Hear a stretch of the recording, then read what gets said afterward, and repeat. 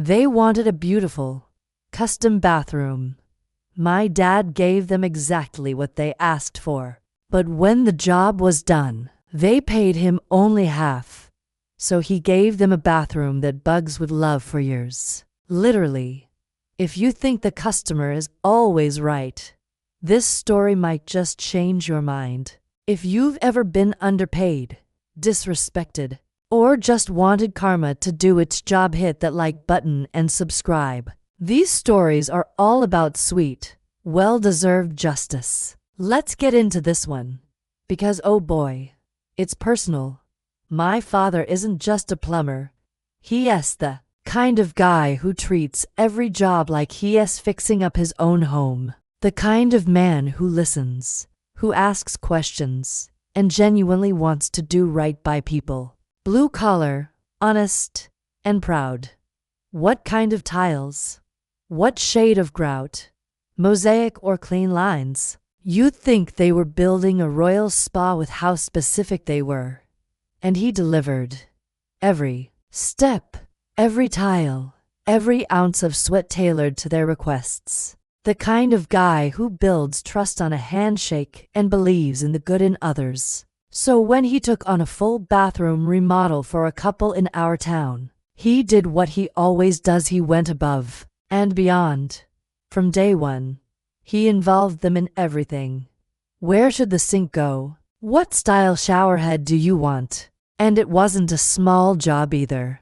Full demolition, rebuilding, plumbing, tiling, finishing. 2 weeks of solid, back-breaking work. They knew he wasn't the kind of man to cause a scene. They knew he wouldn't take them to court. There was no paperwork, no signed contract, just his word and their handshake. But then came grouting day, the final touch, the detail that ties the whole room together. My dad showed up like always on time, professional, with all his tools and materials ready to finish the job.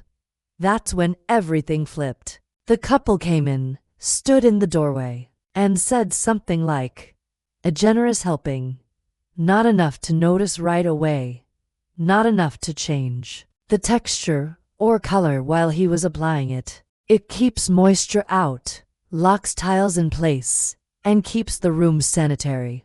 But when you add sugar, hurt, disrespected, you could probably see the pain in his eyes, the kind that comes when you realize someone never saw your work, your integrity, or your time as valuable. Except, this time, he made a tiny adjustment to the grout mix.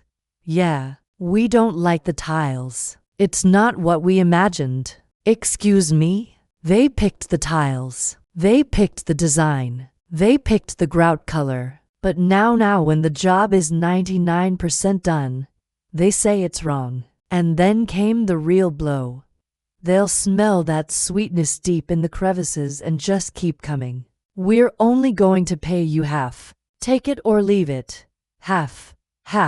For 2 weeks of work. For custom everything. For the hours of labor. And the worst part, they knew, and they thought they could get away with it. And to their credit, they kind of did, at least on the surface. This time, karma didn't just knock on the door. Even after regrouting, the bugs came back over and over again. A place they couldn't enjoy, couldn't relax in. A constant reminder of the man they underpaid, the man they disrespected, and the trust they shattered. Because my father, ever the people pleaser, stood there in silence. Pay again for the job they tried to cheat their way out of. But he nodded. He said, "All right." And he finished the job. Kept being the good man he's always been. Instead of water, he added sugar. But just enough to make sure that, within weeks, that beautiful new bathroom would become a bug magnet. Sweet grout. Now, if you're not familiar with how grout works, here's the basic idea. It's meant to harden and seal. Because sometimes, revenge doesn't need to be loud. Sometimes, it's just sweet. Share this with someone who needs a reminder that respect costs nothing. but losing it might cost you everything. And hey, what's the most satisfying revenge you've ever witnessed? Tell me in the comments below. You're creating the perfect environment for ants, cockroaches, and all sorts of uninvited guests. And that's exactly what happened. According to their neighbor who, by the way, happens to be a longtime friend of my dad, the couple spent years battling infestations. They tried bug sprays. They tried bombs. They even called exterminators multiple times. Nothing worked. Why? Because the source was embedded into the walls, into the very thing that was supposed to keep the room clean and safe. Eventually, they had to redo the entire bathroom, tear up the tiles, rip out the grout, and you know what? They still had issues, because sugar residue sticks. It seeps into porous surfaces. Every time they thought they'd won, a line of ants would crawl back to remind them. It became a recurring nightmare. And my dad, he never said a word to them, never gloated, never boasted.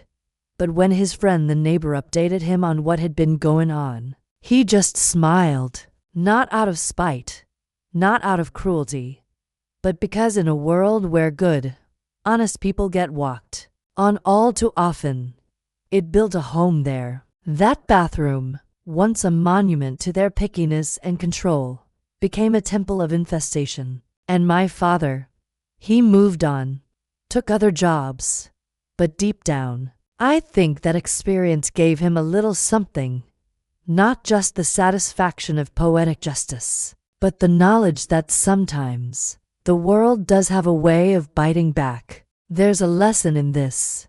Never mistake kindness for weakness. And never ever think you can cheat someone without consequences. If that story made you smirk even a little, drop a like and subscribe for more tales where justice is served cold or, in this case, sweet.